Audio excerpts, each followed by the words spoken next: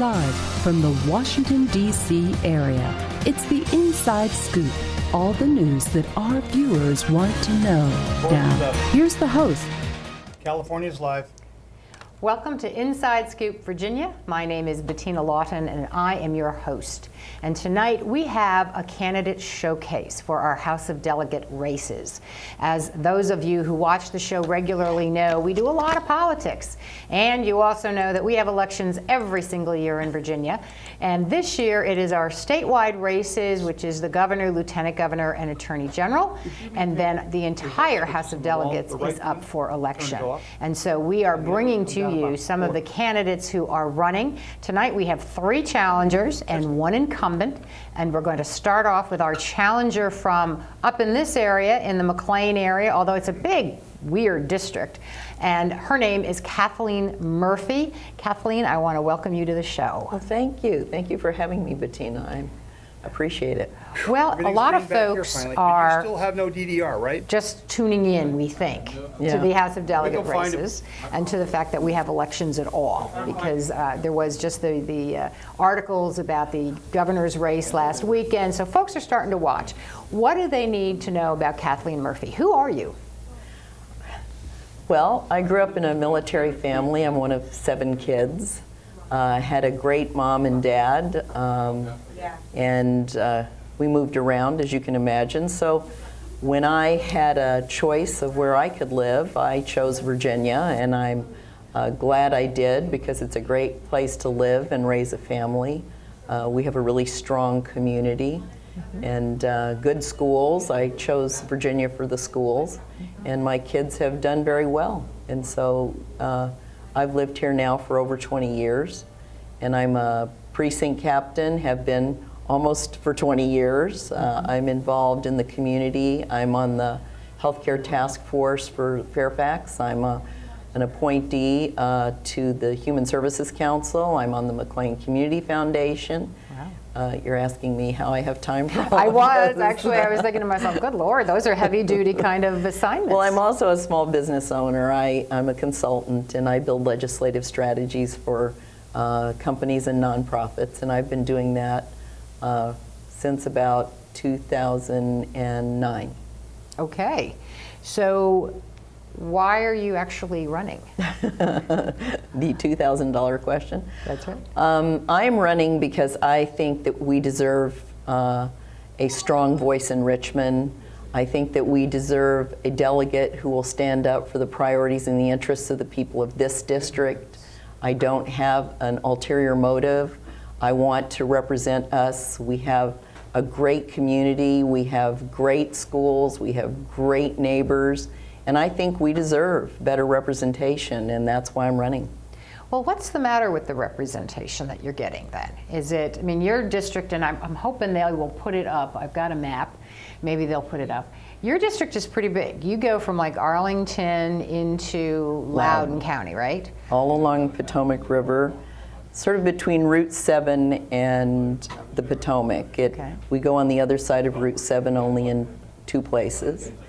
It's vast, and I think it has some very different interests. But our current delegate has one message for when she's in Northern Virginia and goes down to Richmond and votes completely another way. She votes with the extremists. She votes with Cuccinelli, and that isn't the way I think that most of the people in our district would like their delegate to be voting. Well, it is kind of odd because you include areas in McLean and that area. Those folks don't usually strike me as really ultra-conservative, and Cuccinelli certainly has a very anti-women, anti-gay, pretty much everything agenda. If she's of sort of that persuasion when she's down voting. Well, Comstock and Cuccinelli are aligned in their support for bills that attack women's rights, and these aren't just reproductive rights. They impact a woman's ability to have financial security. They attack a woman's ability to get appropriate health care. I think that they're wrong, and I hope that the voters will support me and because I believe that the voters believe she's wrong too. The biggest problem we have is that my opponent, who is Barbara Comstock, is very good at not allowing people to know how she votes. Well, I got to say, I went on behalf of the show to a town hall that she was doing, because I'd never seen her. Yeah. And she spoke the entire time. And there was supposed to be time for questions and answers, and I kept thinking, when are we going to get to that? And then they had enough time for a couple questions, but she didn't actually answer any of them. And I sort of left feeling very unsatisfied. Like, that's not what I expected. I was used to some of the delegates that I've had who actually answered the question and engaged more in a dialogue. I don't know if that's sort of her standard approach to these types of things. Well, I think that when I have been present at in her town halls, she will give a partial answer.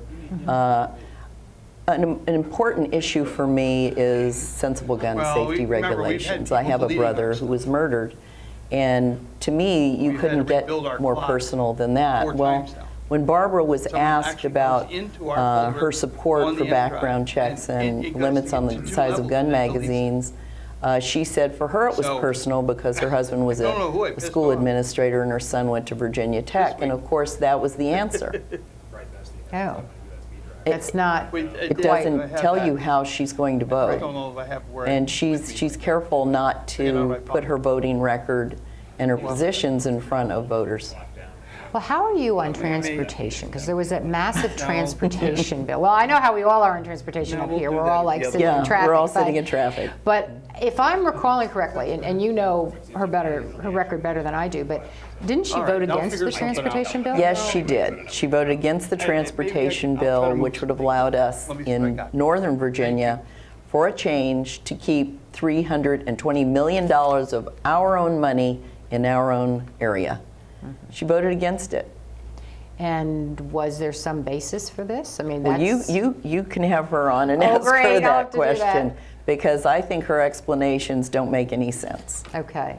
But you're a supporter of the transportation bill? Yes, I would have supported the transportation bill, because it really is the first time that we in this area would get to keep a large sum of money for the programs that are so vital to us up here in Northern Virginia. Well, we do tend to send a lot of money down to Richmond. None of it ever seems to make it back. Doesn't make it back, does it? It doesn't. Well, let's talk about where you stand on things like education. Flash drive I got. We've got great schools up here in Fairfax. Yes, we do. They had some odd bills that came out of the legislature. There's now some independent government agency that can take control of your schools. There's some grading system going on. Oh, that's kind of scary. Yeah, I thought it was I thought that the majority of the people in the House of Delegates were sort of small government people. So when they created well, now when you come to women and education and things that matter. Wow. Okay. So that's not great. You mentioned that you were on the Fairfax Human Services board. What does that actually do? That sounds kind of touchy-feely to me. Well, it is touchy-feely. We don't touch anyone, but we do feel their pain. Okay. The Human Services Council that I serve on, I was appointed to. It's a voluntary appointment, appointed by John Faust. I've been on it for about 5 years, and it's our job basically to listen to the allocation of how the funds are going to be allocated, and to advise the supervisors on where we think the money would be serving our communities the best. Sometimes they don't listen to us, and sometimes they do.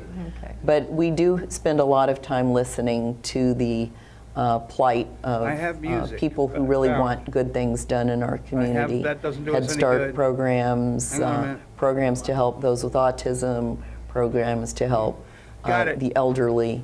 We're very involved in those stories, basically, we care about rollback right now. Assessing where the mandatory cuts that have been going into effect for the last few years will have the least damage.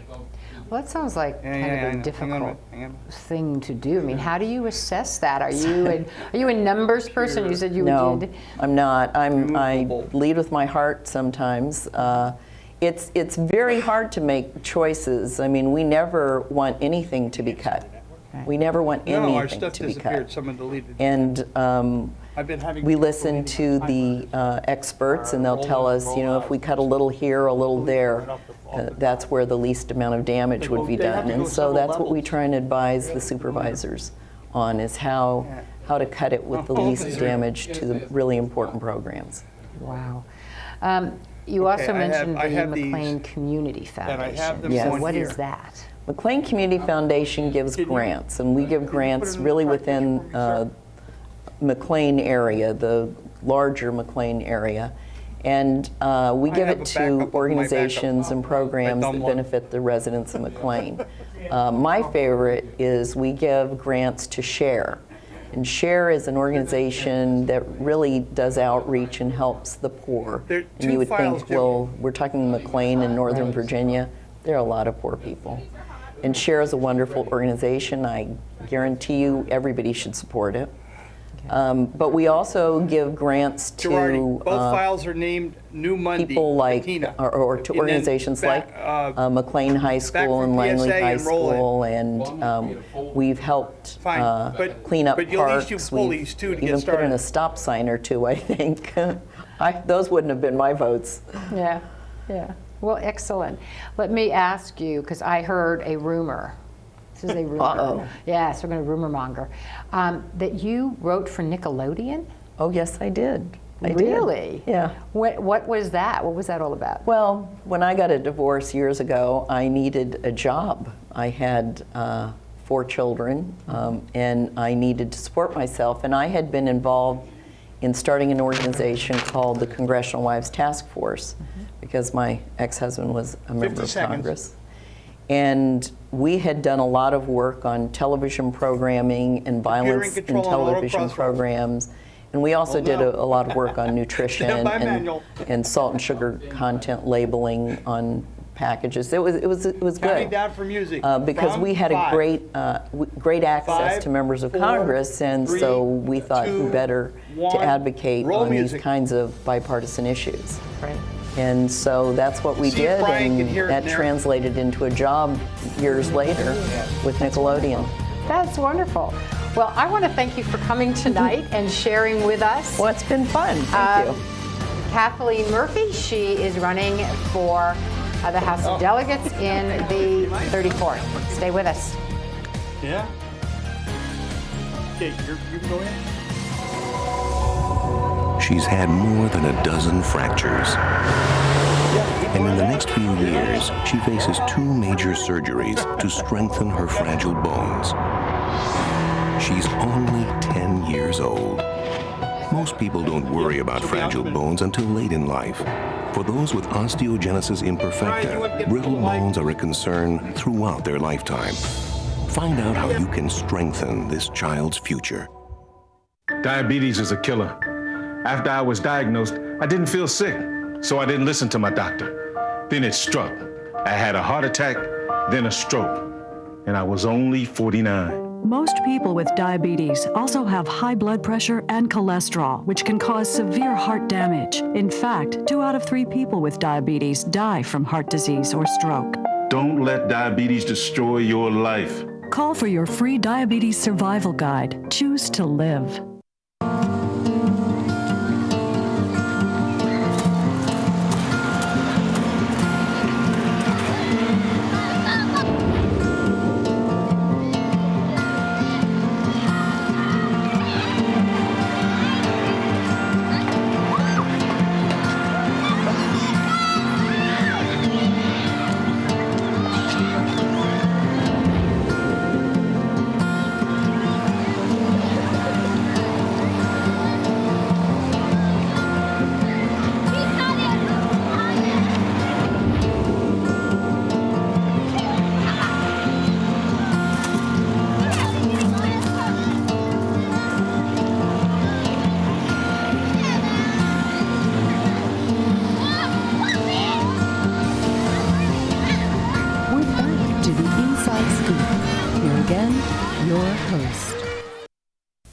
Welcome back.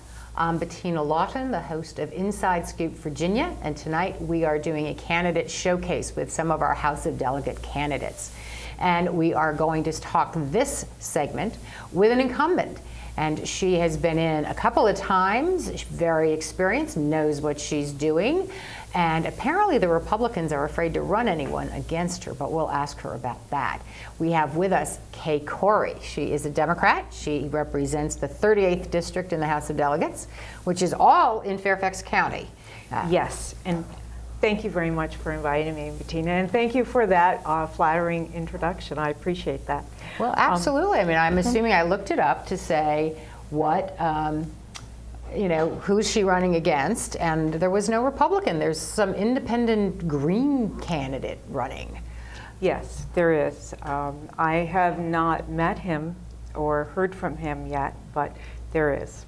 Okay. So it won't really change how I'm handling my campaign, because I learned a long time ago running for school board that whether you're opposed or not, you need to run hard, you need to get out to your constituents. It's an opportunity to learn and, of course, to be seen. So what I'm doing now, besides working on the combined campaign for statewide candidates, is having meet and greet coffees in every precinct in my district. That will keep me busy until election time. And I've had 4 so far. And it's really been delightful, Bettina, because I've met a lot of people whom I never met before and learned about their issues and what I can do to help them. And I also use it as an opportunity to explain how state government works, since most people have no idea. I try not to be too harsh. Because sometimes it doesn't seem to work at all. But yeah. Now, can anybody come to these coffees with you, or only Democrats? Oh, anybody. Okay. Anybody. Anybody who lives in Fairfax County. It doesn't have to be in the particular neighborhood that I'm holding coffee in. The list is on my website and on Facebook. And what I've done is just asked for volunteers who are willing to, on a Sunday afternoon, invite their neighbors to come and talk to me. And so far, it's really been, well, I've had good attendance, and it's been a pleasure. Okay, well, that's interesting that it's that open and anybody can volunteer to help out. That's an interesting way of going about it. So what are the kinds of issues when you go to these coffees? What are people interested in? What do you talk to them about? And I have to think it's got to be transportation. Yeah, well, and I honestly try not to talk too long, because once I start explaining how the state government, the General Assembly works, it can get extremely detailed. But most of the time people want me to give a rough outline of what the General Assembly's responsibilities and powers are and are not.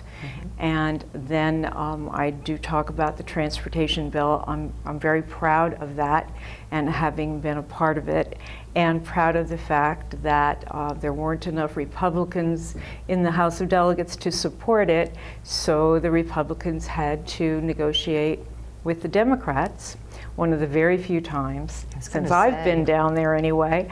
And seriously, that made a big difference in the especially the section about money, local money staying local, because that was something that was very, very important to, to all the Democrats. And we were also able to leverage that a little bit to secure a very small beginning for Medicaid expansion.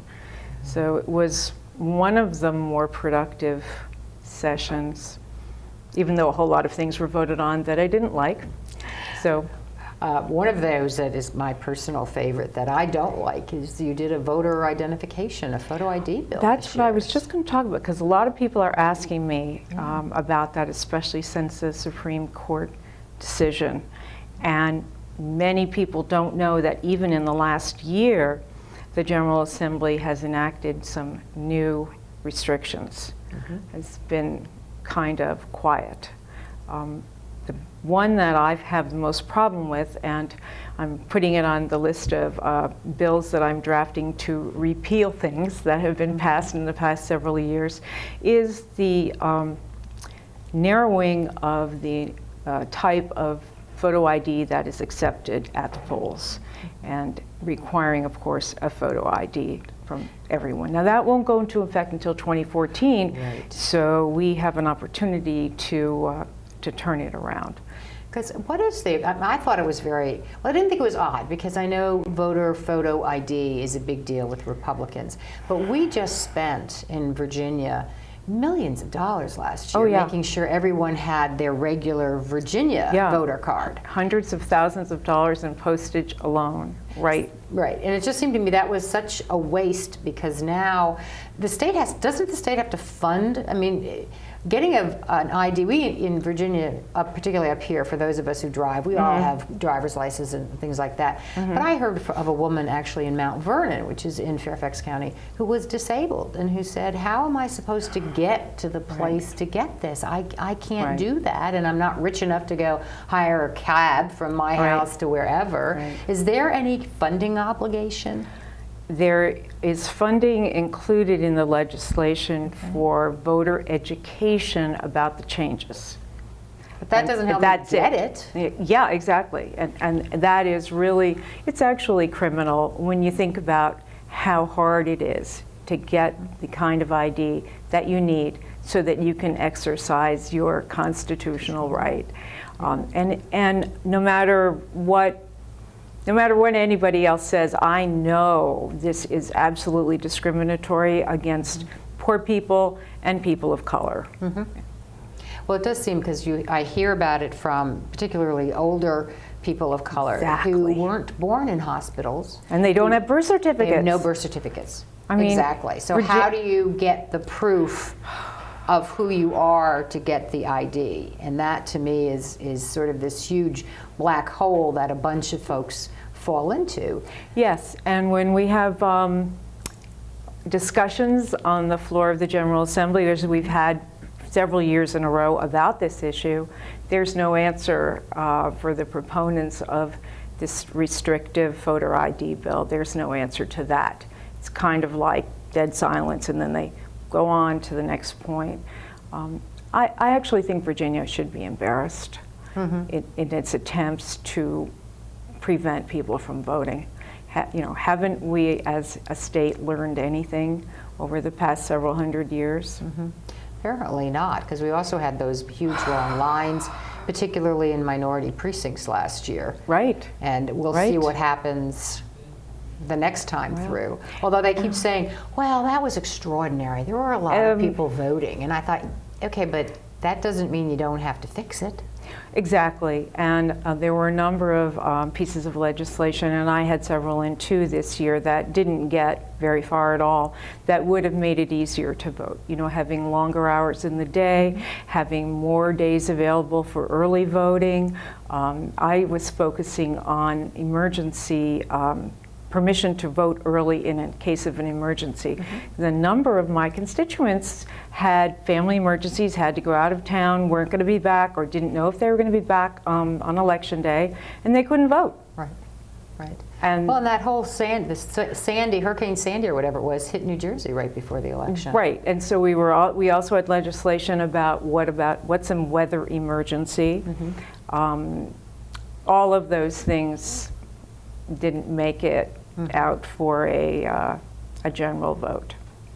I find it all inexplicable, because there's really been no evidence of fraud. It just seems, as you say, it's a voter suppression method. It is. Well, I'm interested in what's happening in Pennsylvania.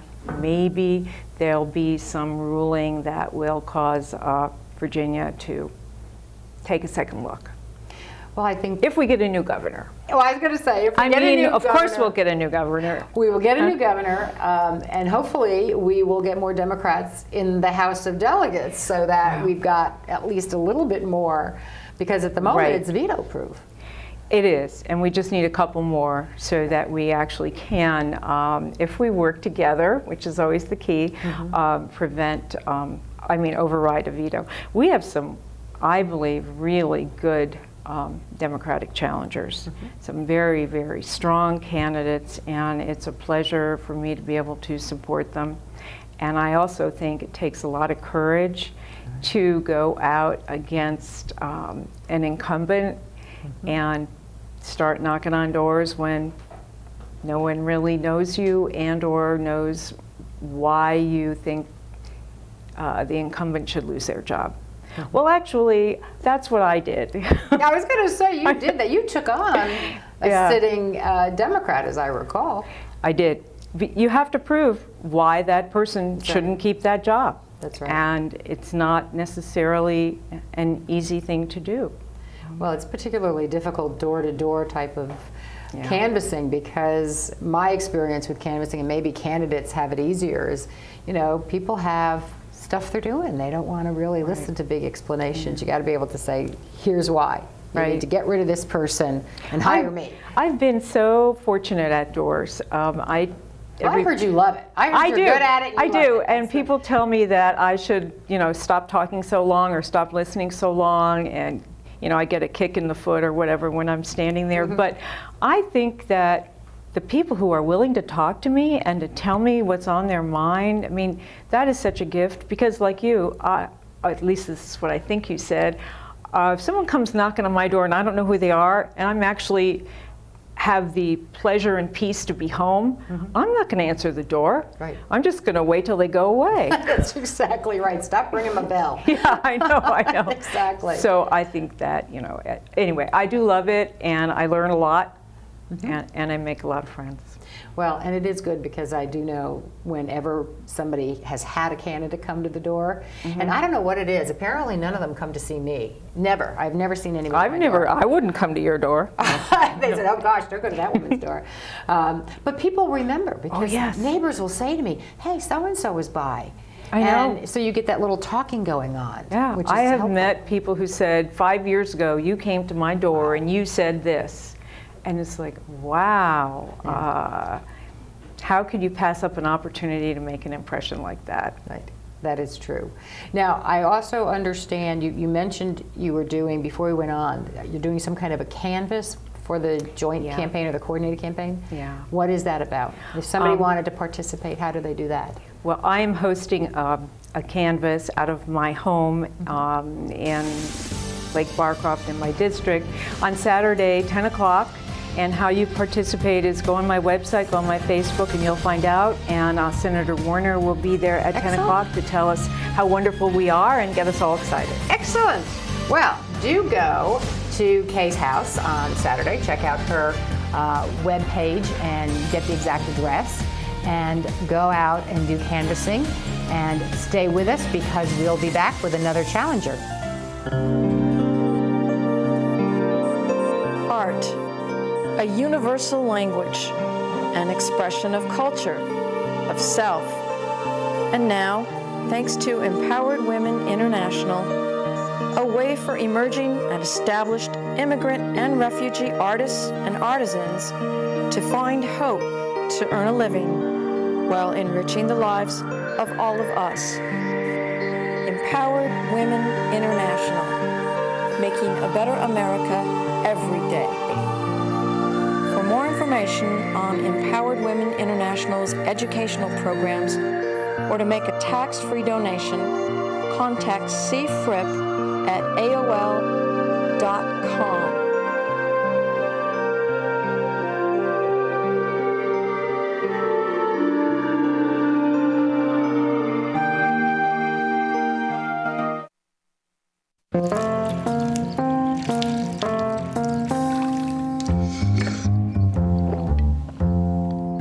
Here, kitty, kitty. Here, kitty, kitty, kitty. Here, kitty, kitty. You'd think it would be easy to tell which kids have trouble with their eyesight. But that's not always the case. Even though 1 in 4 children may have a vision problem, eye doctors tell us the symptoms aren't always so obvious. We do know that 80% of all childhood learning is visual. And without good vision, kids can have trouble learning to read and may fall behind in school. For For clues on how to spot the real-life signs of childhood vision problems and what parents can do, visit checkyearly.com. A public service message from the Vision Council of America and Reading is Fundamental. We're back to the Inside Scoop. Here again, your host. Welcome back. I'm Bettina Lawton, the host of Inside Scoop Virginia, and we are doing a candidate showcase tonight. And we are moving on to another challenger, and this time we're going to be talking to John Bell. Now, he's coming in via Skype because his district isn't so much any Fairfax district. We're going to put the map up and you can see where he is. But we are Skyping John in so that he can participate. And John, I want to welcome you to the show. This is your inaugural visit. And we'll see how it goes. And some reason we've got, oh, my little thing keeps doing that. But that's your district, which is kind of like really long. And that's all, is that all Loudoun County? Are you all Loudoun County? Or no, we actually have 17 Loudoun County precincts, 2 Prince William precincts. So vaguely, if you look at it, it starts right around where Route 28 and Route 7 are at, just a little bit beyond that. And then it goes along Route 28 on the Loudoun County side, encompassing the Dulles Airport all the way over to 66, heads west from there all the way to Haymarket. So the 2 Haymarket precincts are just beyond Route 15, and the rest is Loudoun County, 17 and the 19 precincts. Wow. So tell us about yourself. You're a brand new candidate, and John Bell is who? Well, thank you first for the opportunity to be on your show. I greatly appreciate it, and to share this with Kaye and some of the other great candidates that are out there. My background: I'm a retired Air Force officer. I served in the Air Force for almost 26 years. During my career, I was a budget officer. So my background is really managing money, balancing budgets, working with all different stakeholders who have different needs and desires to make collaborative decisions and get missions accomplished. So as I say, that's really what this campaign and what my service in Richmond will be about, is working with others to solve problems. That's been my background. Now, since I retired in 2007, I've been fortunate to continue doing this profession in the private sector. I've also been very involved in my community. I coach the boys tennis team at Freedom High School, which is right in the heart of the 87th district. And I've coached that team as a volunteer now for 6 years. And it's given me a great opportunity to get back to my community, mentor children, and to really get involved and know people. So how long have you actually lived down there? I mean, Air Force folks tend to travel around. Have you been there for a while? Well, since I retired in 2007, I've lived here. Before that, I had a tour at the Pentagon when I was still in the military, and I actually lived in Prince William and Haymarket, so the Haymarket portion of the district during my Pentagon tour. So I've lived here for a while in uniform and then in retirement.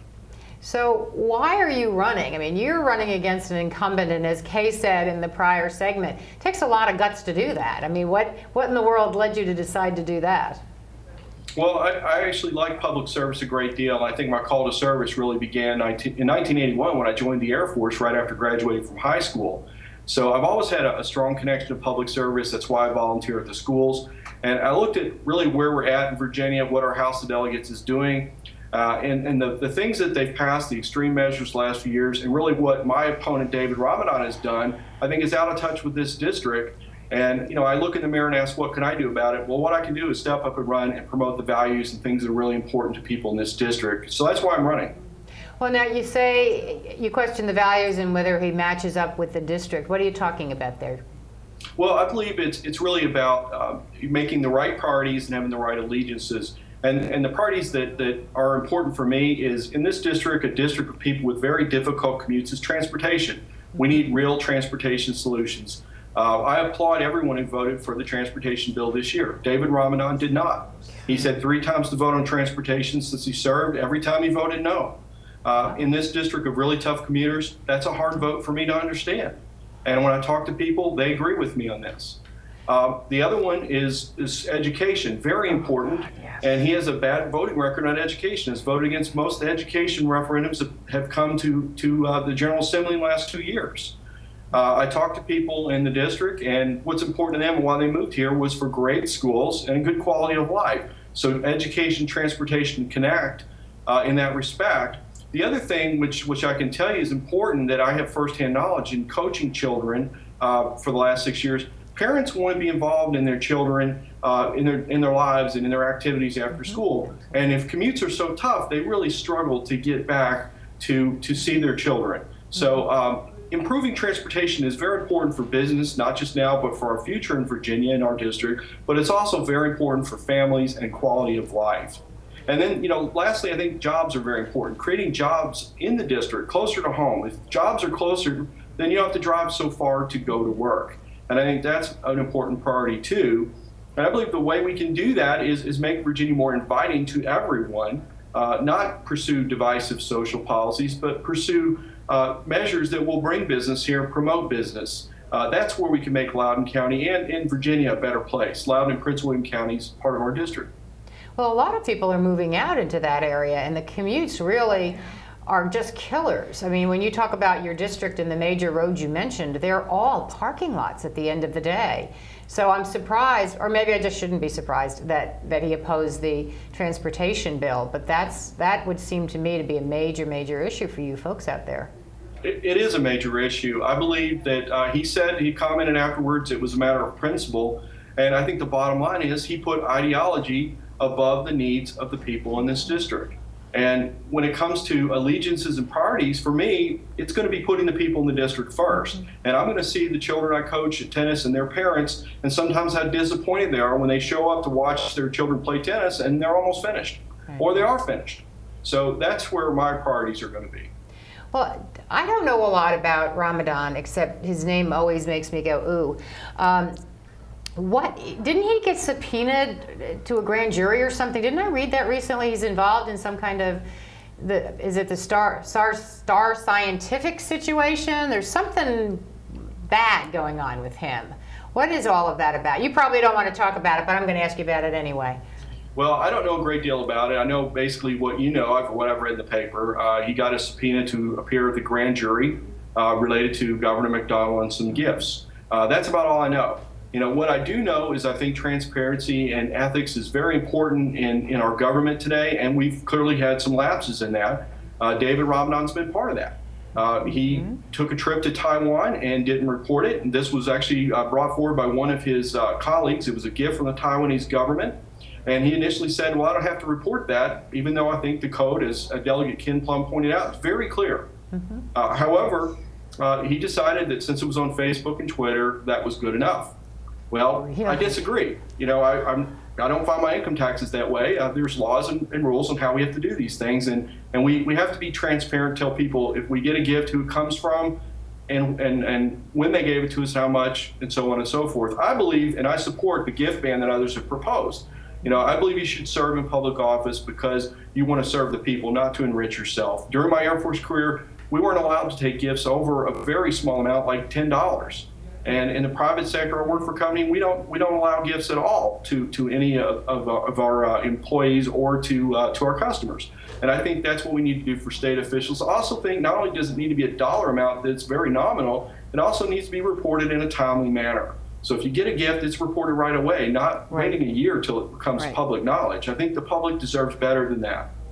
Do you support the push to include families and immediate relatives? That seems to be, in the governor's situation, a lot of the difficulty. A lot of these gifts seem to be going purportedly to his wife or his kids or whatever. And as I understand it now, it only has to be if the gift comes directly to you that people need to report it. Do you support expanding that? Yeah, absolutely. I think we have to include families. If that's a loophole that allows, again, a lack of transparency to the voters, then we need to correct that. So I absolutely support that change as well. What do you say to folks when, are the big issues? I assume you're going out on the doors like everybody else is. What are they talking to you about? Is it all transportation and jobs, or what else is out there? Well, there are a number of issues, but I can tell you transportation dominates everything that I hear. And it's really roads, jobs, and schools. It's everyday issues. And as a delegate, that's what I'll serve them, and that's what I'll do. Those are the priorities that I will focus on. Everyday issues, not extreme social issues or taking an ideology that goes all the way to the right or to the left. I think is bad. I think we need to be more moderate, and we need to be willing to work with everyone to get problems solved. Again, that these are basic things I learned I think my mother taught me that when I was in kindergarten. But in the business world, in my military career, we had a mission to accomplish. We were given a budget. We couldn't go back and get more money, but the mission had to be accomplished. And obviously, every stakeholder had their own priorities, so we worked together to make sure that we made compromises and to get the mission done. And that's the approach I believe is most effective. Now, you're sort of, we up in Northern Virginia, the real parts of Northern Virginia, although I guess we're creeping down into your way, but where do you stand on some of these social issues, the reproductive health issues, women's health, the gay issues? There's a lot of, when you talk about social issues, that seems to be the big agenda, is you deny rights to anybody who doesn't look like you. Mm-hmm. So where are you on that spectrum? Well, let me just say, in Loudoun and Prince William counties, we also do consider ourselves Northern Virginia. But on those issues, I'm pro-choice. I just don't believe that the government should be involved in the intimate, private areas of deciding a woman's reproductive rights. I think women need to decide that on their own. I have 2 daughters and 2 granddaughters, and I don't want any politician telling them what they can and can't do with their body. And my opponent has supported personhood. He supported something called spousal consent. These are very extreme measures. He voted in favor of the transvaginal ultrasound requirement. I believe that again, reproductive choices should be between the woman and her doctor and whoever else she chooses to bring into that situation. And those who advocate small government, I agree with what I've heard from others, is this is not small government, this is big government. As far as equality goes, I believe in equality for all citizens. I think discrimination of any form is bad. I served in the military for almost 26 years, and my service was to protect the rights of all Americans. And it really bothers me when any American is denied the same rights as another. And I believe equality is something that Virginia has quickly changed its mind on. And I've been a longtime supporter of equality. Well, do you think, because I do think there's more of a trend towards the equality on the gay issues. Do you think we'll ever get around to changing the Constitution? Because in Virginia, that's what we have to do. Mm. It's sort of, we embedded it a number of years back, and we're kind of stuck. Yeah, I believe with Marshall Newman, we enshrined our Constitution with discrimination. And I think that this is a wrong that needs to be righted. The road to getting rid of it, I believe, started with the Supreme Court decision on Defense of Marriage Act. And but I believe we're going to have to take actions. Virginia is not the most inviting place for business. It's not the most inviting place for all citizens. There's a number of companies who said they won't come here and do business because of these discriminatory policies. So again, I just don't believe, again, with a take on big government versus small government, government should not decide who you can and can't love. And I strongly believe that every person, every American has that right to choose on their own. Well, thank you for being with us, John. Good luck. Thank you. One day these rats were playing in the woods. One of some matches and that's no good. Listen to smoke before you give it a try. Only you. Don't play with matches. Don't play with fire. Cause there's nothing very funny about nothing very nice. So if a gorgeous force is what you desire, don't play with matches, don't play with fire. Yeah. Only you can prevent wildfires. Fire! Why don't you just wash your car at home? When I wash my car, everything runs down the street and down into the storm drains. With all the chemicals in the soaps and waxes, the last thing I want to do is poison my own drinking water. At least here, it's all contained and recycled on site. That's why I also take my car in for oil changes instead of doing it myself. I might take a chance on spilling stuff. You know what the best part is? What? More time to kick back and watch the game. How far would you go to protect the planet? I want you to build an ark. Here we go. Okay, that's good. Oh, okay. Ow! Maybe there's another way. People, the flood is imminent! Is it too much to ask for a little precipitation? Go to fightglobalwarming.com to find out what you and your community can do to reduce global warming pollution.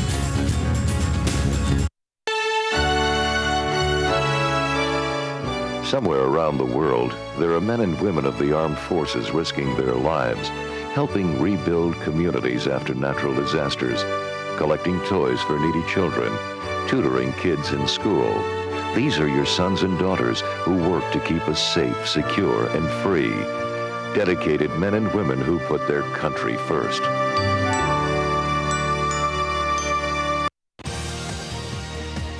We're back to the Inside Scoop.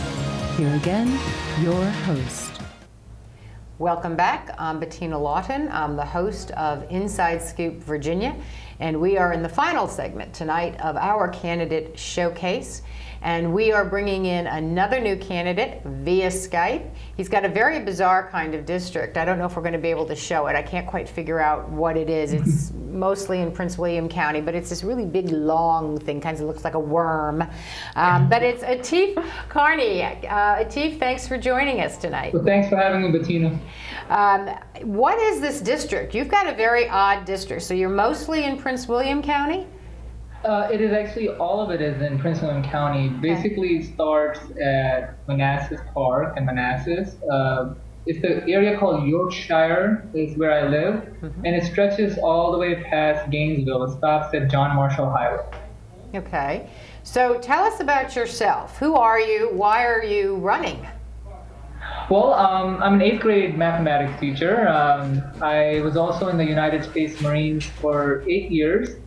I got into this race about 2.5 months ago because my wife actually encouraged me to run because she got tired of me complaining about many of the things that I'm concerned about. Some of them are the traffic and congestion that we deal with every day in the district, and also the education funding that has been cut due to the 2010 House budget bill, which cut over $620 million from K-12 education. So those are some of the issues that got me involved in this race. So you were in the military. When did you get out? I went in 1996 and I got out in 2004. Okay, so were you over in Iraq? That's one of my favorite topics. Yes. I was actually one of the first Marines in Iraq in 2003 as the operation started. I was actually literally one of the first ones to enter Iraq during Operation Iraqi Freedom. Wow. Well, I'm glad to see that you came out of it, so excellent. Now, you are running against the incumbent Bob Marshall. I have a friend who always calls him Sideshow Bob, and I'm never quite sure why. I don't know if you know why or are willing to say, or Delegate Kory may know why, since you've served with him. What is it about Bob Marshall that got him that moniker? It's kind of derogatory. Well, I'm not into name calling myself, but I think that it could be due to his voting record. Some of the examples have been, the personhood bill of 2012, also the transvaginal ultrasound amendment, which those are examples of ways, they're very extreme things he has said, the efforts he has led to get those bills passed. So vilifying women, I think, is, I think that reputation that he has gained of saying extreme things, and he's taken an extreme stance on many issues in the past, which a lot of folks just shake their head. And I think that's why he's called those names. Again, I'm above those name calling. I'm just looking at the facts and those things, his voting record is very extreme. Well, if I'm remembering this right, he's the sponsor of the personhood bill, right? That is correct. And that, as I recall, is the one that would outlaw all kinds of common contraceptives and that. Yes, it can ban birth control, and that's a big issue. And also, if you remember the transvaginal ultrasound amendment, that's also very extreme because it's really an issue of health, and it's like a women's rights issue because you're really getting into personal matters.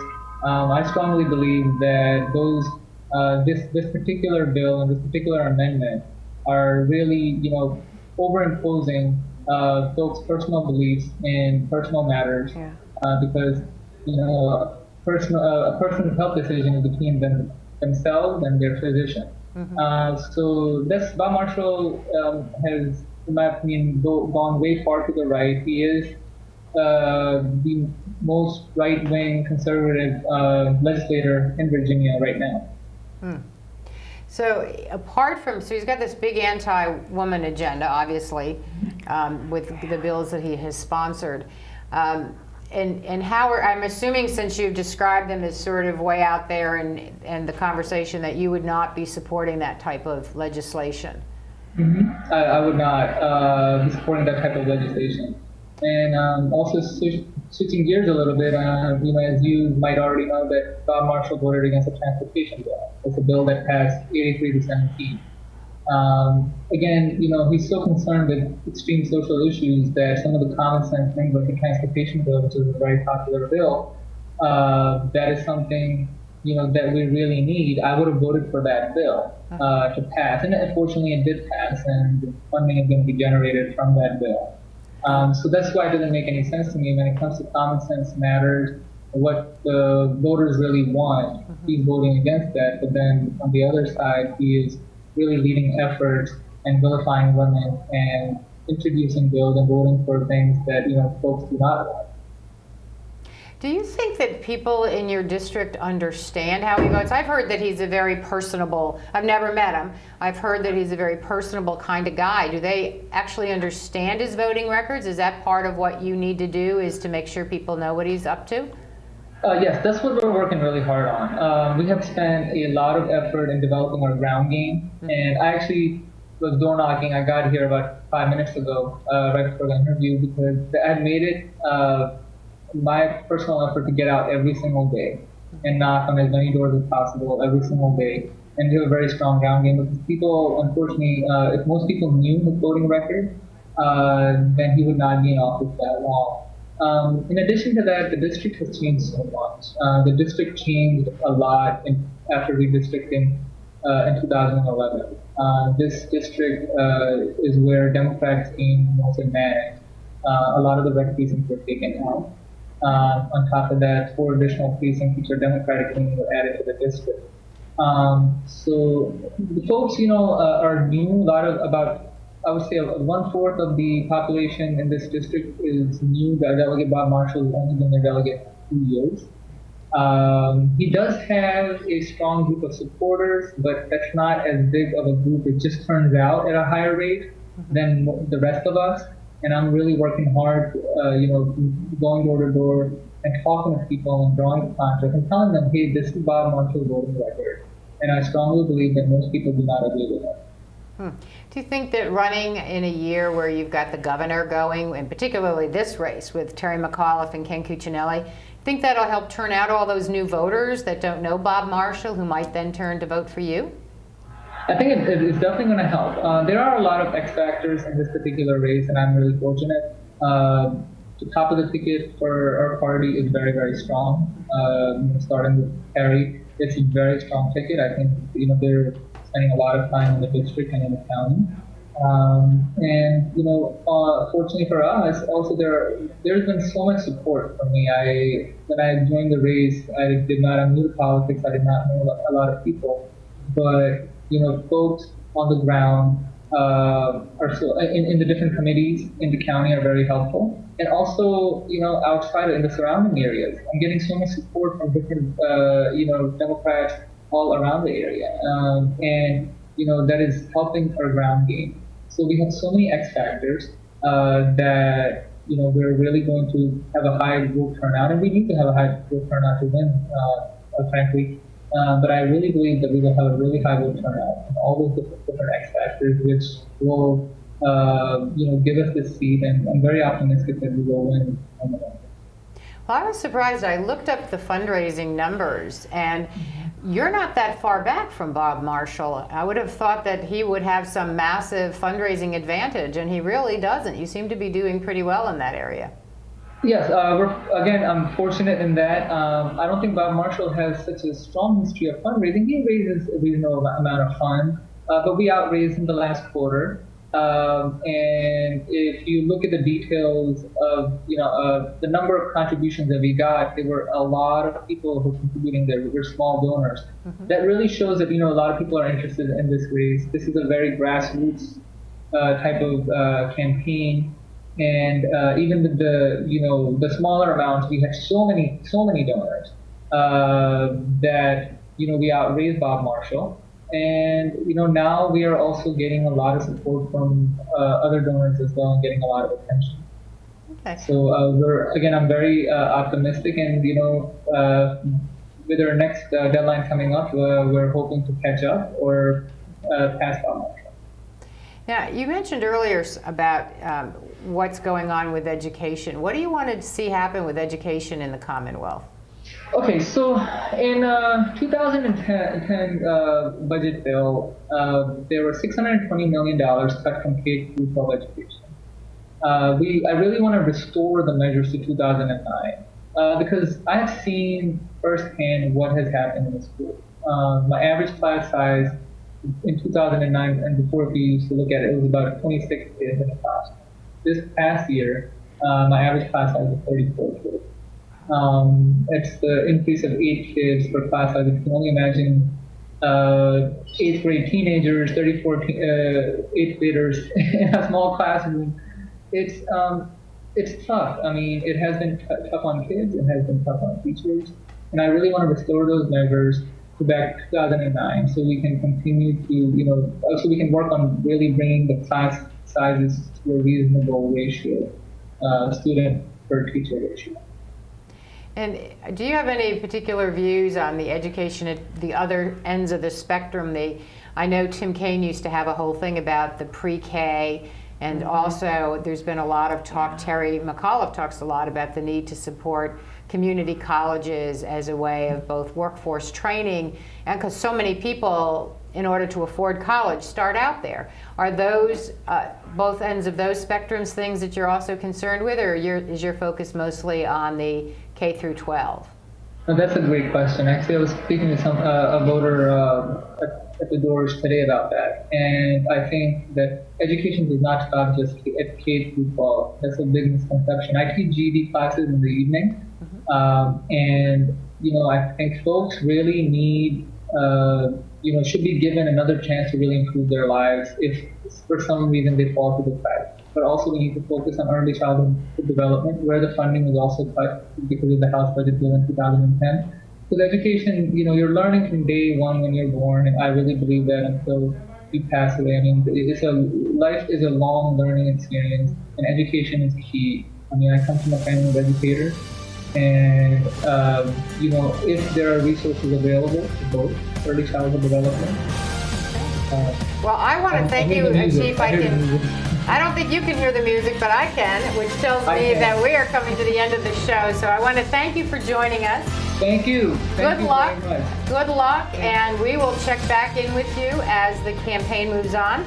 I want to thank Kaye Kory for hanging around and contributing, and I appreciate that very much, and we will see you again. Okay, great. Thanks.